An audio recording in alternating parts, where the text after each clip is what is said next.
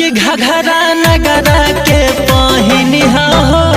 छा जइबू जरूर कि बलिया